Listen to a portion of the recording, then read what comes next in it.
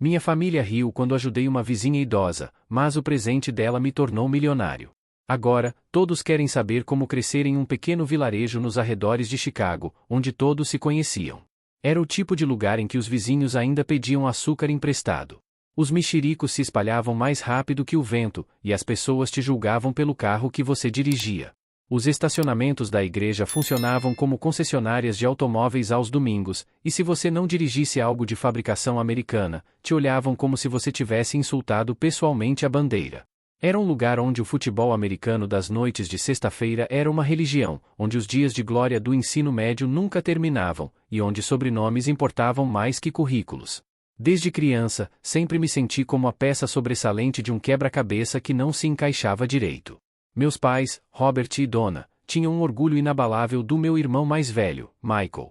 Ele era o garoto de ouro, o astro do esporte, aquele que não fazia nada de errado, que sempre tinha toda a atenção deles. Ele entrava em um cômodo, e as pessoas reparavam. Eu poderia ter me incendiado no meio da sala, e provavelmente só me lembrariam de não estragar o carpete. Não era um mau garoto, tirava notas boas, me mantinha longe de problemas e trabalhava muito. Mas nunca parecia suficiente. Quando Michael fez 18 anos, meus pais lhe deram as chaves de uma Ford F-150 nova, com todos os luxos. Era o tipo de caminhonete que chamava a atenção na cidade, que fazia diferença. Eu tinha 16 anos na época e me lembro de ficar ali, observando enquanto ele subia, sorrindo como se tivesse ganhado na loteria. Aquele momento ficou gravado em mim, não só pela caminhonete, mas pelo que ela simbolizava. Ele era o orgulho e a alegria deles. Eu era só o outro. 2 anos depois, quando completei 18, não havia uma caminhonete nova me esperando na garagem, nenhuma surpresa, nenhuma celebração. Em vez disso, meus pais me deram um envelope com um cartão de aniversário e uma raspadinha de R$ 20 dentro. Forcei um sorriso, finja que não me importava e disse a mim mesmo que não era importante. Mas era. Sempre foi. Tive que ser prático. Em vez de esperar esmolas que nunca viriam, guardei cada centavo que ganhei e comprei um Toyota Corolla usado. Longe de ser impressionante, pintura desbotada, uma rachadura no para-brisa e um rádio que só funcionava quando queria, mas me levava aonde eu precisava. Mais importante, era meu. Paguei por ele, cuidei dele e me sentia orgulhoso. Claro, para minha família, era só mais um motivo para me lembrar de como eu era diferente de Michael. Um Toyota? Vai começar a fazer sushi também, meu pai riu quando viu o carro. Devia ter comprado algo de verdade. Mordi a língua e deixei passar. Era mais fácil assim. Essa era a narrativa da minha vida. Estava perdendo tempo, desperdiçando potencial, gastando energia. Não importava que eu trabalhasse em 2 empregos para pagar minha faculdade, que passasse os dias no supermercado local e as noites em um restaurante. Michael, por outro lado, tinha a mensalidade paga pelos meus pais e dirigia aquela F-150 reluzente como se fosse dono da cidade. Para ele, eu era o irmãozinho que não acompanhava o ritmo. Ele me lançava olhares de pena toda vez que me via de avental, servindo batatas fritas para crianças que sentavam atrás de nós na escola. Terminou o turno, perguntava, encostado na caminhonete, bebendo um energético caro, como se tivesse todo o tempo do mundo. Eu dizia a mim mesmo que não me importava, que não precisava da aprovação deles. Mas, no fundo, importava. Queria que me vissem, que reconhecessem que estava fazendo algo significativo. Queria ser importante. Na maioria das noites, após o turno no restaurante, eu me jogava na cama, exausto, só para acordar algumas horas depois e recomeçar. Era um ciclo interminável: trabalho, escola, sono, repetir. Minha vida parecia uma esteira acelerada, e eu mal conseguia me manter em pé. Mal lembrava quando tivera um final de semana livre pela última vez. Mas, apesar do cansaço e das constantes comparações, me agarrei a um pensamento: um dia, as coisas mudariam. Um dia, eu provaria a todos que estavam errados. Só não imaginava quão cedo esse dia chegaria. Quanto mais eu tentava me virar sozinho, mais minha família me via como uma piada ambulante. Trabalhava em 2 empregos, pagava minhas aulas, e, de alguma forma, nada disso parecia contar para meu pai. Esforço só valia se viesse com um cheque gordo. Como não estava subindo na vida corporativa ou ganhando rios de dinheiro, eu estava perdendo tempo. As alfinetadas nunca paravam.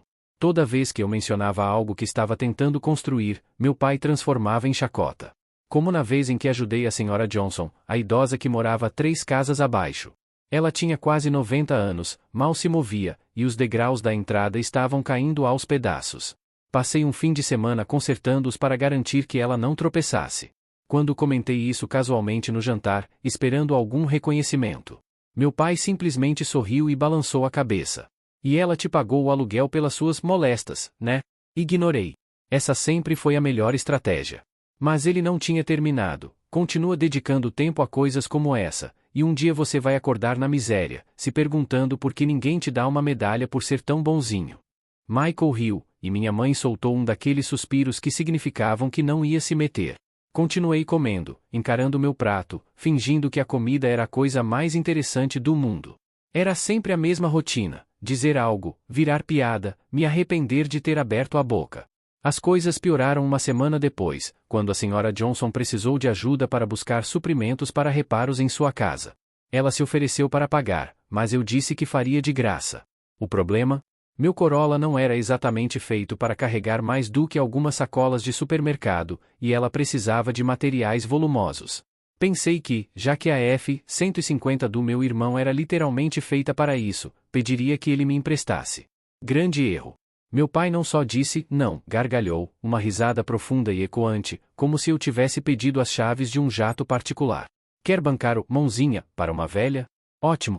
Mas não espere fazer isso com minha caminhonete. Aliás, por que não se muda com ela? Parece que você se importa mais em ajudar estranhos do que a própria família. Michael, claro, adorou a situação. Cara, quem sabe ela deixa a casa para você no testamento. Espero que goste de tapetes. Engoli qualquer resposta que estava na ponta da língua e me virei para minha mãe, esperando que ao menos fosse razoável. Mas ela apenas suspirou e balançou a cabeça, como se concordasse com eles, mas não tivesse energia para discutir. Seu pai tem razão. Todos temos responsabilidades. Você tem um teto, comida no prato. Talvez seja a hora de contribuir mais para esta família, em vez de sair ajudando todo mundo. Contribuir mais? Eu já pagava todos os meus gastos, não pedia dinheiro, não dependia deles para nada. Enquanto isso, Michael ainda recebia cheques dos meus pais para aluguel, seguro e o que mais precisasse. Mas, de alguma forma, eu era o que precisava, contribuir mais. Não estamos dizendo que você tem que pagar por tudo, minha mãe continuou, com voz quase doce. Só uma parte do seu salário. Nada exagerado. Olhei para ela, depois para meu pai. Eles estavam falando sério. Queriam que eu entregasse parte dos meus magros rendimentos para ajudar a família, a mesma família que nunca me ajudou com mensalidades, parcelas do carro ou até um pacote de miojo quando precisei. Apoiei o garfo com tanta força que os nós dos dedos ficaram brancos. Queria dizer o quão absurdo e injusto era, mas sabia como aquela conversa terminaria. Você é um ingrato, não valoriza nada que fizemos por você. Então, apenas assenti. Assim que o jantar acabou, fui para o quarto e fechei a porta, me sentindo mais sozinho naquela casa do que nunca. Deitado na cama, encarando o teto, ouvia Michael lá embaixo, rindo com meu pai de algo, provavelmente de mim. O garoto de ouro, o orgulho da família. Não tinha ideia do que faria a seguir, mas uma coisa era clara, não podia continuar vivendo assim.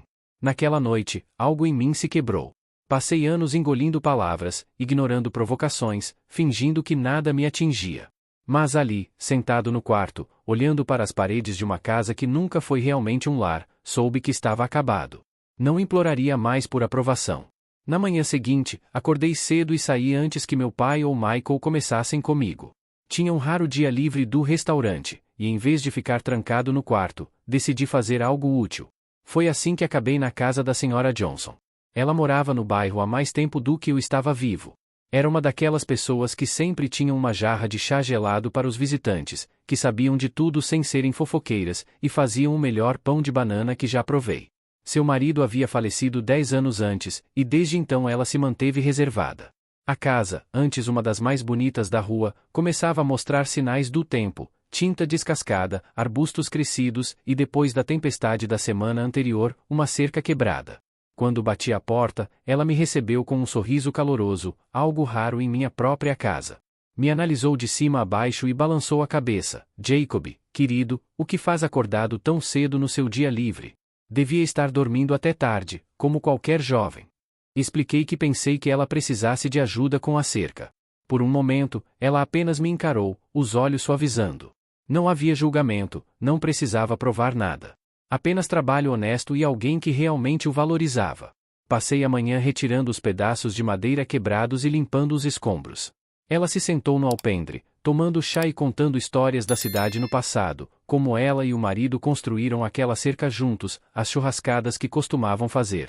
Todos os verões, antes de a vida ficar mais tranquila, eu passava os dias coberto de terra e suor. Mas, naquele momento, pela primeira vez em muito tempo, não me sentia exausto. Me sentia útil. Claro, depois tive que ir para casa. Caminhei até a porta e imediatamente soube que havia cometido um erro. Meu pai estava sentado em sua poltrona, braços cruzados, assistindo a um canal de esportes como se estivesse me esperando. Michael estava na cozinha, encostado no balcão, com um sorriso de deboche, como se já soubesse que o que estava prestes a acontecer não seria a meu favor. Foi então que meu pai desligou a TV. Onde você esteve o dia todo? Falei. Grande erro. Seu rosto se contorceu, como se eu tivesse dito que passará a tarde queimando dinheiro. Ele soltou uma daquelas risadas secas, do tipo que antecede um insulto. Passou o dia inteiro consertando a cerca de uma velha? Sério? Fiquei ali, parado, segurando as alças da minha mochila, já me arrependendo de não ter entrado escondido e ido direto para o quarto. Ele balançou a cabeça, inclinando-se para a frente, como se fosse me dar uma lição de vida. Quer ser útil? Que tal começar a fazer sua parte aqui? Em vez de perder tempo com uma mulher que não tem nada a ver com você? Talvez ela possa ficar sentada o dia todo, mas você, com certeza, não pode. Michael, claro, completou. Cara, ela te tem trabalhando de graça? Está se candidatando a ser o novo neto dela ou algo assim? Apoiei a mandíbula com tanta força que meus dentes doíam. Sabia que, se dissesse algo, só daria mais munição a eles. Mas então meu pai disse algo que me fez gelar. Poxa, se gosta tanto de bancar o mãozinha por lá, por que não se muda com ela? Assim nos poupa o trabalho de alimentar mais uma boca aqui. Michael riu. Minha mãe, sentada à mesa da sala, nem levantou os olhos do celular. Mais uma noite na família perfeita, pensei. Deveria ter deixado passar. Deveria ter ido para o quarto, como sempre. Mas algo em mim se rompeu. Virei-me, subi as escadas, comecei a enfiar coisas na minha mochila, roupas, carregador, o que conseguisse pegar. Ouvi Michael rindo lá embaixo, meu pai resmungando algo sobre eu estar dramatizando. Quando voltei à porta, eles finalmente perceberam que não era brincadeira. Meu pai se levantou, erguendo as sobrancelhas. Para onde diabos você acha que vai? Nem olhei. Apenas abri a porta e a bati atrás de mim. Não tinha um plano. Não tinha para onde ir. Mas uma coisa era certa, não voltaria. O ar lá fora estava mais frio do que imaginei. Ou talvez parecesse assim porque eu não tinha destino. Meu hálito condensava enquanto caminhava pela calçada, a mochila pendurada no ombro, as mãos nos bolsos. Vou resolver isso, disse a mim mesmo. Dormir no carro por uma noite ou duas. Talvez ficar no sofá de algum amigo, se encontrar alguém disposto. Mas ali, sob a luz fraca dos postes, a realidade me atingiu, não tinha um lugar que fosse realmente meu. Foi então que ouvi sua voz. Jacob, querido, o que está fazendo aqui fora tão tarde? Me virei e vi a Sra. Johnson em seu alpendre, uma luz quente vindo de dentro de casa. Ela usava um grosso casaco de lã e segurava uma xícara de chá fumegante, como se estivesse prestes a dormir. Devo ter parecido patético, porque sua expressão mudou de curiosidade para preocupação imediatamente. Ela nem esperou resposta. Entra, antes que vire um picolé. Parece que você precisa de uma refeição quente. Hesitei por meio segundo, mas meu estômago decidiu por mim. Não comia desde o almoço, e o orgulho já não valia a fome. Sua casa cheirava a canela, livros velhos e algo assando no forno, provavelmente seu famoso pão de banana. Não era luxuosa, não tinha eletrodomésticos brilhantes ou móveis de design, mas era quente, limpa e cheia de pequenos detalhes que a faziam parecer vivida. Uma manta no sofá, fotos emolduradas tortas, pilhas de livros de palavras cruzadas na mesa de centro. O tipo de lugar que fazia você se sentir pertencente, mesmo sem saber onde pertencia. Ela não fez perguntas de imediato. Apenas me levou à cozinha, me sentou e colocou um prato de frango com almôndegas caseiras na minha frente. Não tinha ideia de como estava faminto até dar a primeira garfada. Era simples, como algo que uma avó faria, mas poderia ser a melhor coisa que já provei. Ela esperou até eu estar na metade do prato. Vai me contar o que aconteceu ou tenho que adivinhar? Olhei para a comida, de repente sem apetite. Não sabia por onde começar. Dizer em voz alta parecia vergonhoso, mas as palavras saíram antes que eu pudesse contê-las. Contei tudo. Sobre como minha família nunca me levou a sério, como riam de mim por ajudar as pessoas, como meu pai basicamente me mandou embora. Mantive a voz neutra, como se relatassemos fatos, mas, em algum momento, um nó se formou na minha garganta e precisei parar. Ela não interrompeu. Não disse coisas como, tenho certeza que não falavam sério, ou, família é família. Apenas escutou. Depois que parei de falar, ela assentiu, como se eu tivesse confirmado algo que já suspeitava. Bem, Jacob. Parece que você tem mais bom senso do que eles. Soltou um suspiro que nem percebi que estava segurando. Tomou um gole de chá e pousou a xícara com um clique decidido. Vou dizer uma coisa, me viria bem com um pouco de ajuda extra por aqui. Minhas juntas não são mais o que costumavam ser, e essa casa não vai se consertar sozinha. Tenho um quarto vazio acumulando poeira há anos. Pode ficar aqui o tempo que precisar, até resolver as coisas. Sem aluguel. Sem condições. Só boa companhia e um par de mãos extras quando eu precisar. Pisquei, sem acreditar no que ouvia. Não fique tão surpreso, ela riu, baixinho. Nem toda boa ação precisa ter um preço. Pela primeira vez em muito tempo, senti algo se soltar no peito. Como se, talvez, eu não estivesse completamente sozinho no mundo. Como se, só talvez, finalmente tivesse encontrado um lugar onde não precisava provar meu valor para ser aceito. Assenti, ainda meio em choque. Ótimo, ela disse, levantando-se. Agora termine essa sopa antes que esfrie. Resolvemos o resto amanhã. Tomei minha colher e provei outro pedaço, deixando o calor se espalhar pelo estômago. Pela primeira vez em anos, me senti em casa. Encontrar um lugar para morar não foi tão fácil quanto imaginei. Aparentemente, as pessoas não fazem fila para alugar para alguém sem histórico de aluguel e com um salário que mal cobria o básico. Cada anúncio que via estava muito acima do meu orçamento ou tinha sinais de alerta suficientes para me fazer desistir. Um apartamento cheirava como se alguém tivesse criado animais selvagens lá dentro. Outro tinha um senhorio que insistia em ser chamado de Big Tony. Sim, foi um não. Comecei a ficar nervoso, mas a senhora Johnson repetia. Não se apresse.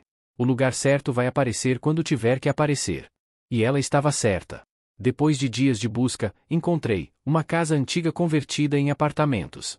A configuração não era glamourosa, mas era barata. 3 quartos, cozinha e banheiro compartilhados, aluguel de R$ 800 por mês.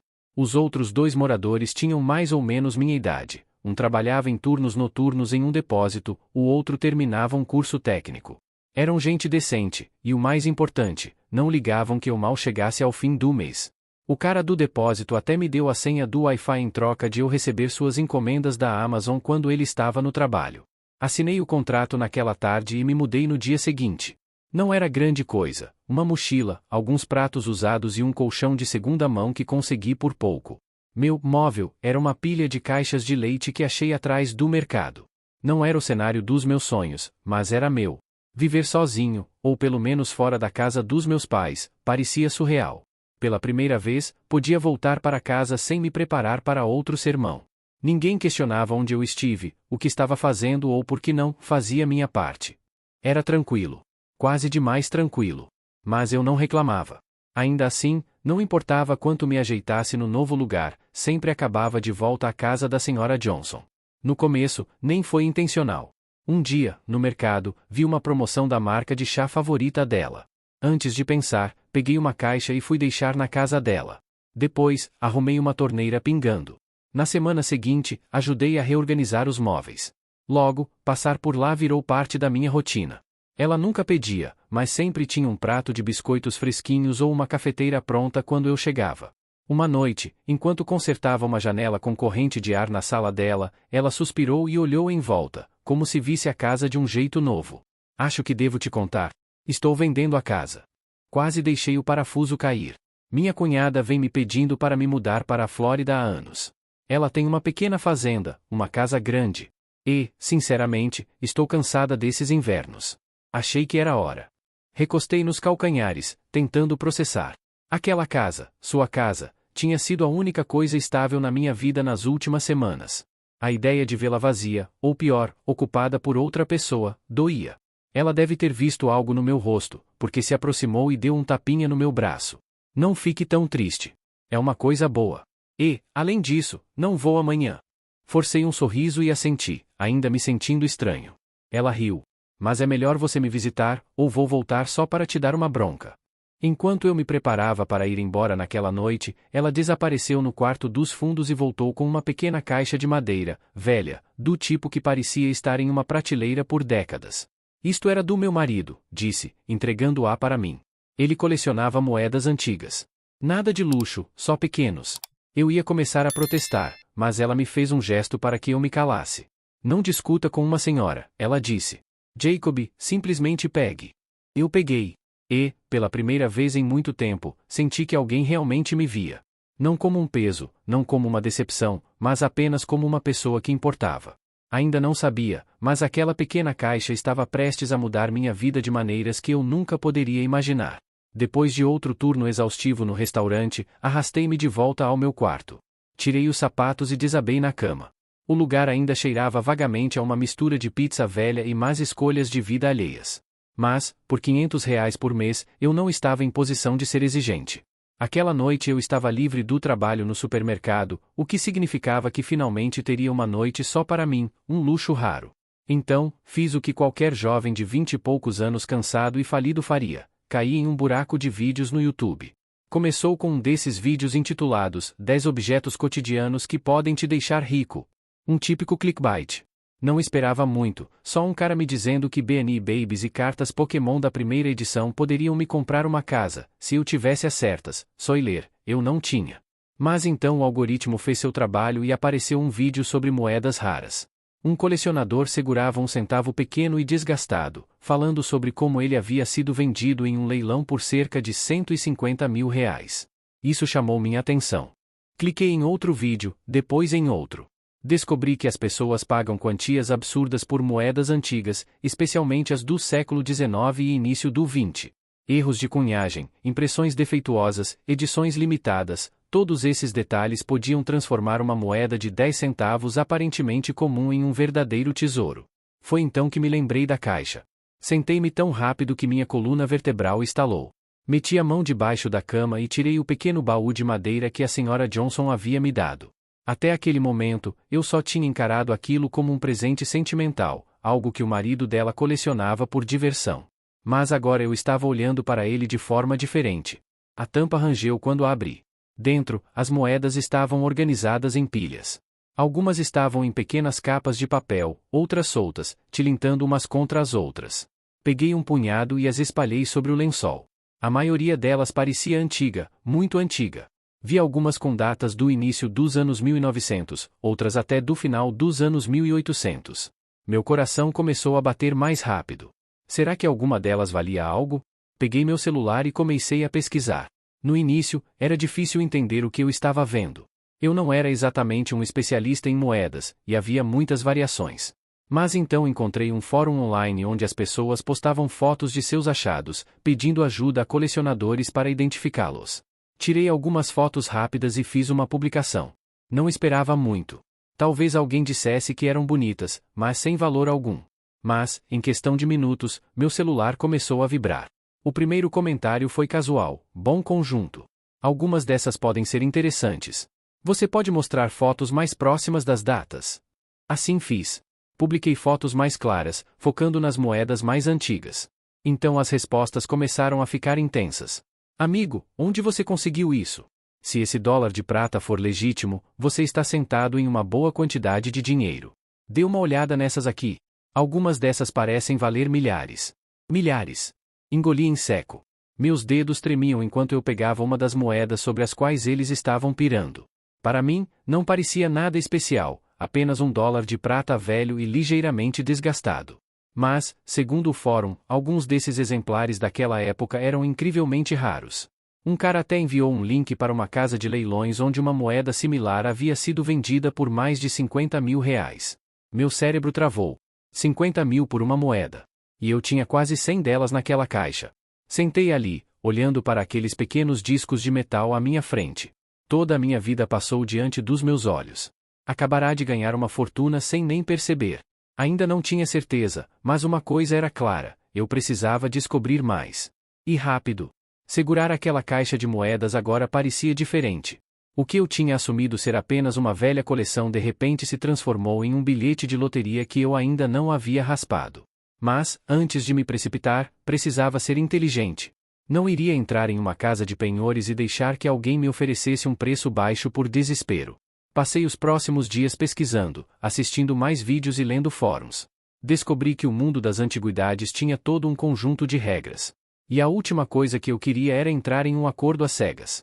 Depois de muita pesquisa no Google, encontrei uma loja de antiguidades com boas avaliações a cerca de 30 minutos de distância. Não era um desses lugares suspeitos, com prateleiras empoeiradas e um cara que parecia estar esperando sua próxima dose. Este lugar tinha credibilidade real. Colecionadores locais o elogiavam, e o dono era conhecido por seus negócios justos. No sábado de manhã, embalei uma pequena seleção de moedas, aquelas que pareciam valiosas, mas de jeito nenhum as mais raras da caixa. Não ia arruinar minha chance jogando tudo de uma vez. Peguei minhas chaves e fui em direção à loja. A loja ficava espremida entre uma cafeteria boutique e um daqueles estúdios de yoga que cheiram a eucalipto. O lugar tinha um charme antigo misturado com vibrações de museu. Vitrines de vidro revestiam as paredes, cheias de tudo, desde cartas de beisebol antigas até artefatos da Guerra Civil.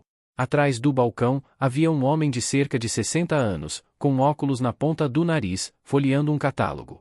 Parecia alguém que passara décadas enterrado em livros de história e provavelmente sabia mais sobre antiguidades do que eu jamais aprenderia. Quando coloquei as moedas no balcão, ele mal levantou os olhos. Comprando ou vendendo? Vendendo, respondi, esperançoso. Isso chamou sua atenção. Ele largou o catálogo, ajustou os óculos e começou a inspecionar as moedas com uma intensidade que me fez suar as palmas das mãos. Os minutos passaram. Ele pegou uma lupa, examinou algumas delas contra a luz e até pesou uma em uma pequena balança. Finalmente, levantou o olhar.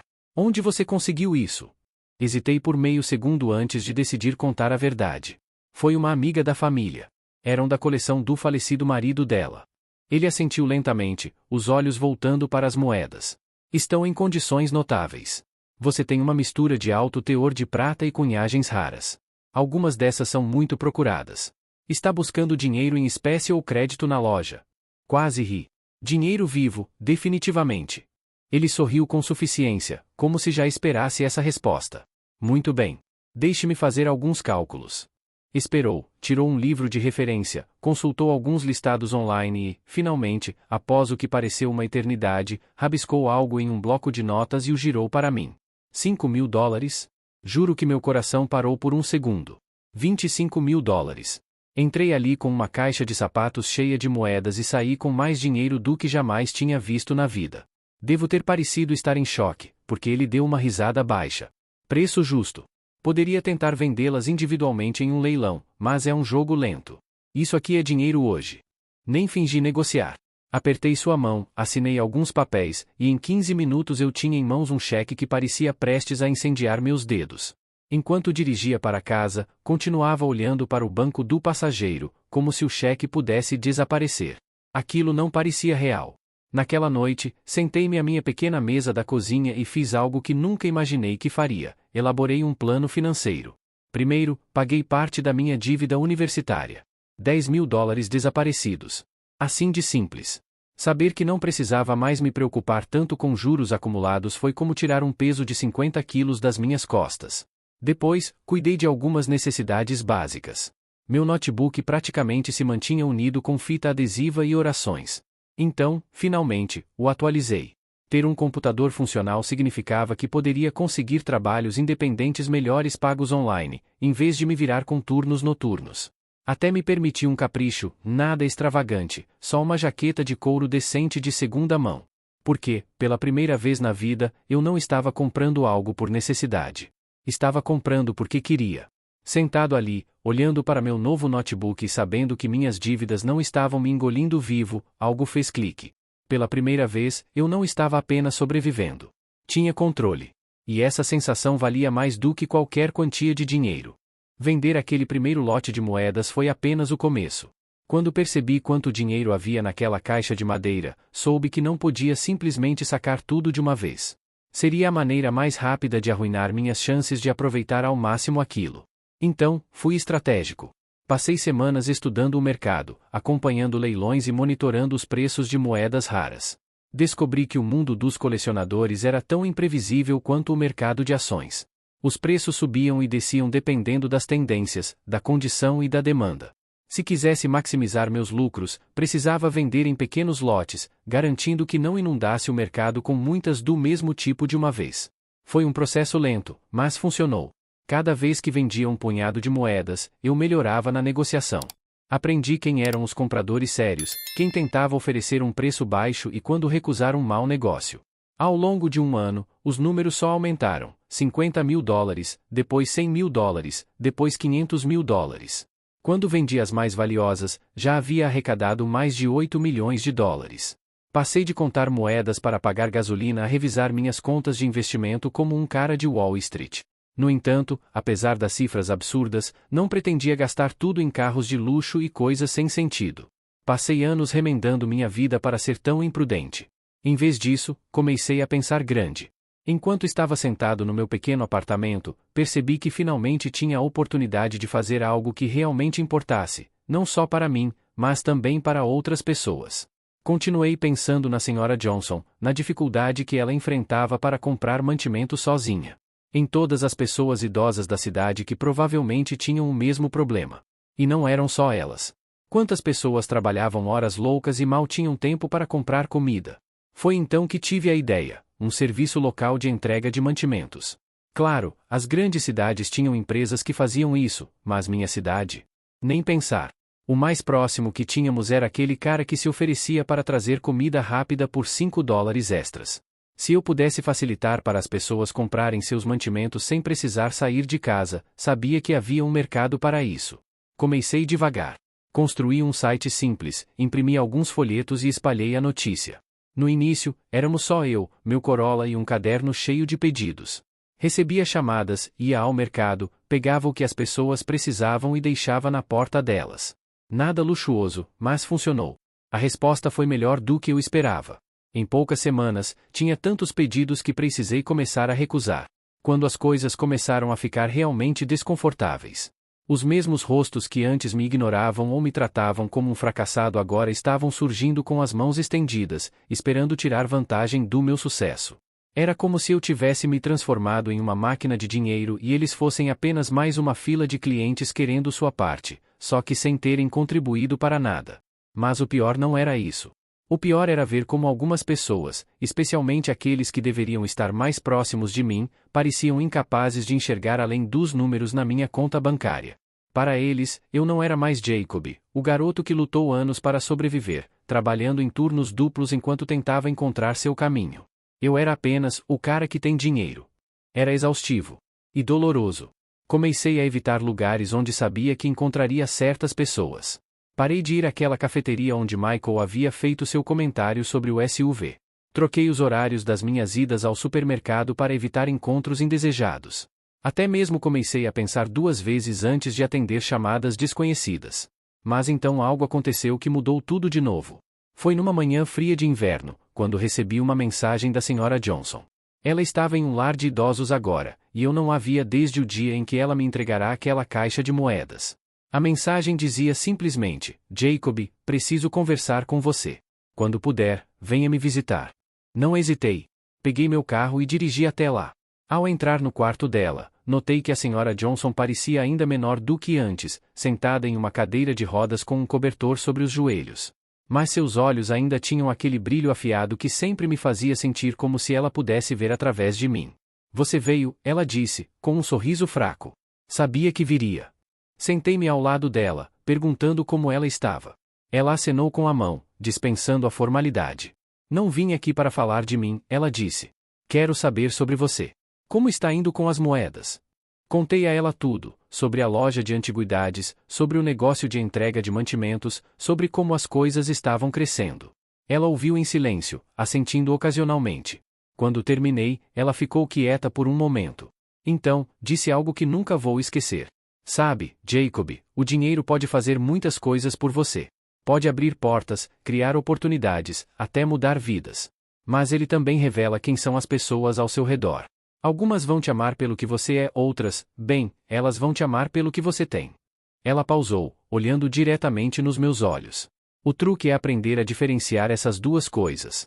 Porque, no final, o verdadeiro valor não está no que você acumula, mas nas pessoas com quem decide compartilhar sua jornada. Aquelas palavras ficaram gravadas na minha mente. Saí do lar de idosos pensando no que ela havia dito. Não foi fácil aceitar, especialmente porque eu já estava cansado de lidar com pedidos constantes e expectativas irracionais. Mas a Sra. Johnson tinha razão, eu precisava decidir quem eram as pessoas com quem realmente queria dividir minha vida. Nos meses seguintes, tomei algumas decisões difíceis. Coloquei limites claros com minha família. Expliquei calmamente que, embora eu quisesse ajudar, não podia ser a solução para todos os problemas financeiros deles. Alguns entenderam. Outros, como meu pai, ficaram furiosos. Mas eu sabia que era necessário. Também comecei a investir em algo que sempre quis fazer, ajudar outras pessoas. Criei um fundo pequeno, mas significativo, para apoiar jovens empreendedores da cidade que precisavam de uma chance. Sabia exatamente como era lutar para construir algo do zero, e queria dar a outros a oportunidade que eu mal tive. Com o tempo, percebi que o dinheiro não era apenas uma ferramenta para melhorar minha própria vida, mas também para impactar positivamente a vida dos outros. Isso me trouxe uma paz que eu nunca tinha sentido antes. Hoje, quando olho para trás, penso em todas as voltas e reviravoltas que me trouxeram até aqui. A caixa de moedas foi o catalisador, mas o verdadeiro tesouro foi o que aprendi ao longo do caminho, sobre negócios, sobre relacionamentos e, principalmente, sobre mim mesmo. Ainda vejo a Sra. Johnson sempre que posso. Ela continua sendo uma das pessoas mais sábias que conheço. E, embora ela insista que não fez nada demais ao me entregar aquela caixa, sei que ela mudou minha vida para sempre. Às vezes, quando estou ocupado com o trabalho ou resolvendo problemas do dia a dia, paro e penso, e se eu nunca tivesse encontrado aquela caixa? Mas então lembro que não foi só a caixa. Foi a escolha de agir com propósito, de construir algo real, de não deixar que o dinheiro definisse quem eu era. No final, descobri que o verdadeiro valor não está no que você ganha, mas no que você cria e no impacto que deixa no mundo. E isso, mais do que qualquer cifra em uma conta bancária, é o que realmente importa.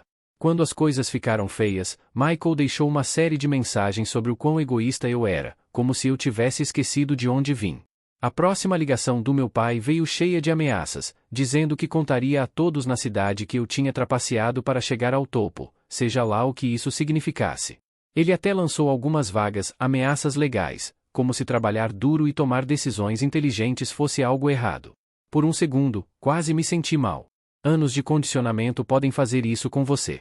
Mas então me lembrei, essas eram as mesmas pessoas que tinham zombado de mim, me despedido e me colocado de lado no momento em que não se encaixei na visão delas de sucesso. Agora que eu tinha alcançado algo, de repente queriam um lugar à mesa. O mais irônico? Ninguém sequer perguntou como eu estava. Nem uma única vez. Eu sabia que não ia mais jogar esse jogo. Bloqueei os números deles. Que fofocassem, que inventassem as histórias que quisessem. Eu havia construído meu futuro sem eles, e não ia deixar que o derrubassem agora. E pela primeira vez percebi, me afastar não foi apenas a melhor decisão da minha vida. Foi a única decisão possível. Cortar laços com minha família não foi fácil. Não importa o quão tóxicos eles tenham sido, ainda havia aquela vozinha no fundo da minha mente, aquela que passou anos tentando ganhar sua aprovação, tentando provar que valia algo. Mas depois daquela última ligação, depois de ouvir meu pai lançar acusações e meu irmão reclamar que a vida não era justa, soube que não havia mais nada a salvar. Então fiz o que nunca esperaram, me afastei. Para sempre. A primeira coisa que fiz foi vender as últimas moedas raras. Eu as tinha guardado, em parte porque eram as mais valiosas, e em parte porque uma pequena parte sentimental de mim ainda as via como minha rede de segurança. Mas eu não precisava mais de uma rede de segurança. Precisava de um novo começo. Com o dinheiro dessas vendas finais e o que meu negócio estava gerando, eu tinha mais do que o suficiente para dar um passo sério. E se eu ia deixar minha antiga vida para trás, ia fazer isso direito.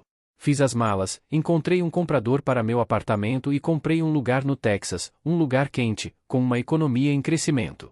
Mais importante ainda, um lugar longe das pessoas que passaram anos me fazendo sentir que eu nunca seria suficiente. Mudar-se foi surreal. Passei de um pequeno apartamento na minha cidade natal para uma casa elegante e moderna em uma cidade onde ninguém conhecia meu passado. Aqui, eu não era mais aquele cara que trabalhava no supermercado. Era apenas outro empreendedor, outro cara fazendo as coisas acontecerem. E o negócio explodiu. Expandir meu serviço de entrega para uma grande cidade significou uma base de clientes maior, mais demanda e muito mais oportunidades. Em poucos meses, eu tinha um escritório adequado, uma equipe completa e parcerias com redes de supermercados locais que ajudaram a otimizar as operações. O que começou como um trabalho solo se transformou em uma empresa que realmente estava construindo um nome para si mesma. Conheci pessoas que me respeitavam, não por alguma obrigação familiar imaginária, mas pelo trabalho que eu fazia. Construí amizades com pessoas que tinham a mesma ambição, a mesma fome de criar algo significativo. E o melhor de tudo, eu não devia nada a ninguém. Bem, quase ninguém. Mantive contato com a Sra. Johnson. Ela finalmente havia se mudado para a Flórida, vivendo a vida tranquila e confortável que merecia. Conversávamos de vez em quando, geralmente chamadas curtas em que ela perguntava se eu estava comendo direito e me lembrava de não me matar de tanto trabalhar. Eu enviava pacotes com suas guloseimas favoritas, pequenas coisas que sabia que a fariam sorrir. E cada vez que conversávamos, eu pensava em como minha vida poderia ter sido diferente se eu nunca a tivesse ajudado com aquelas moedas. Uma noite, enquanto fechava o escritório, recebi uma mensagem de texto de um número desconhecido. Jacob, ouvi sobre seu sucesso. Espero que você se lembre de onde veio. Me ligue. Sem assinatura. Mas eu nem precisava disso. Olhei para a tela por um longo minuto.